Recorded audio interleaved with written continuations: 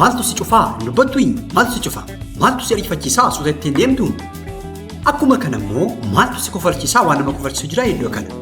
Hey my beloved families, har'a immoo jechoota yeroo hedduu fayyadamu kanneen ammaa fi kana fakkaatan hedduu isaanii ni ilaallaa jechuudha. Let's dive into it. Watch till the very end of this lesson. Great.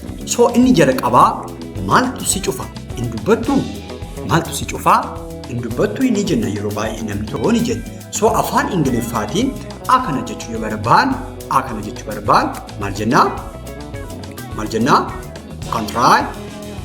Good. Why don't you speak? Kat gatrukta.